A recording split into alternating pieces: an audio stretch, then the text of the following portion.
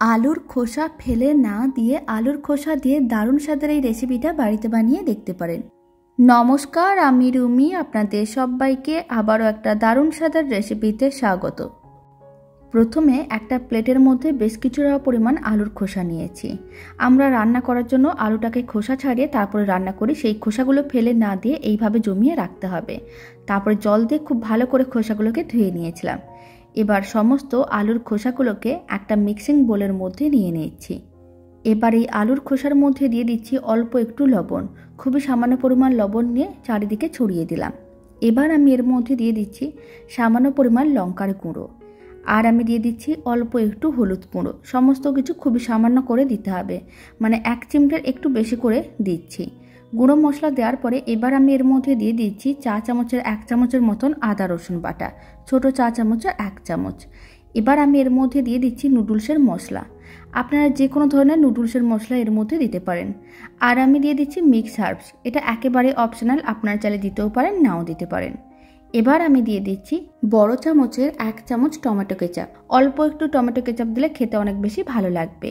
এবার সমস্ত উপকরণগুলোকে একসঙ্গে খুব ভালো করে মিশিয়ে নিতে হবে, যাতে আলুর খোসার মধ্যে সমস্ত মশলাগুলো ভালো করে মিশে যায়। এতে খেতেও ভীষণ ভালো লাগবে। বাড়িতে এই রেসিপিটা একদিন হলেও বানিয়ে দেখতে পারেন, ছোট থেকে বড় যে কেউ খুবই পছন্দ করবে। এবার আমি দিয়ে দিচ্ছি 2 চামচ কর্নফ্লাওয়ার। চা চামচের 2 চামচ আমি কর্নফ্লাওয়ার দিয়ে দিলাম। আর কর্নফ্লাওয়ারটাও খুব ভালো করে একসঙ্গে মিশিয়ে নিতে হবে।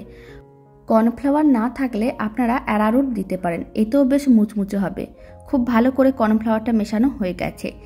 এবার এক সাইডে রেখে দিচ্ছি। আর কড়াইতে বেশ কিছুটা পরিমাণ তেল নিয়েছিলাম, তেলটা গরম করে নিয়েছি, ফ্লেমটা মিডিয়ামেই আছে। এবার আলুর খোসাগুলো এইভাবে গরম তেলের মধ্যে দিয়ে দিতে হবে। তারপরে উল্টে পাল্টে মিডিয়াম ফ্লেমে বেশ লাল লাল করে ভেজে নিতে হবে। খুব বেশি টাইমের প্রয়োজন পড়বে না, মোটামুটি 3 থেকে 4 মিনিটের মধ্যেই বেশ লাল লাল করে ভাজা হয়ে যাবে। আর এইভাবে একটু উল্টে পাল্টে রাখতে হবে, যাতে চারিদিক দিয়ে বেশ ভালো করে ভাজা হয়।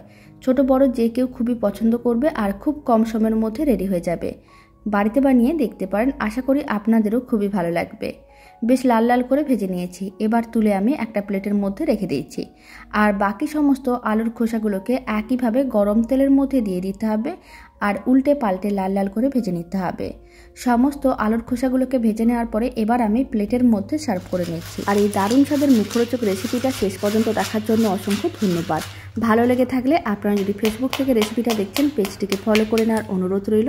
ইউটিউব থেকে দেখলে চ্যানেলটি সাবস্ক্রাইব করে নেওয়ার অনুরোধ রইল। পাশে থাকা বেল আইকনটি প্রেস করে নেবেন নতুন রেসিপির আপডেট সবার আগে পাওয়ার জন্য। তো চলুন, ভিডিওটা আমি এখানেই শেষ করছি। আপনারা সবাই ভালো থাকবেন, সুস্থ থাকবেন। আপনাদের সঙ্গে আবার নতুন রেসিপি নিয়ে দেখা হচ্ছে।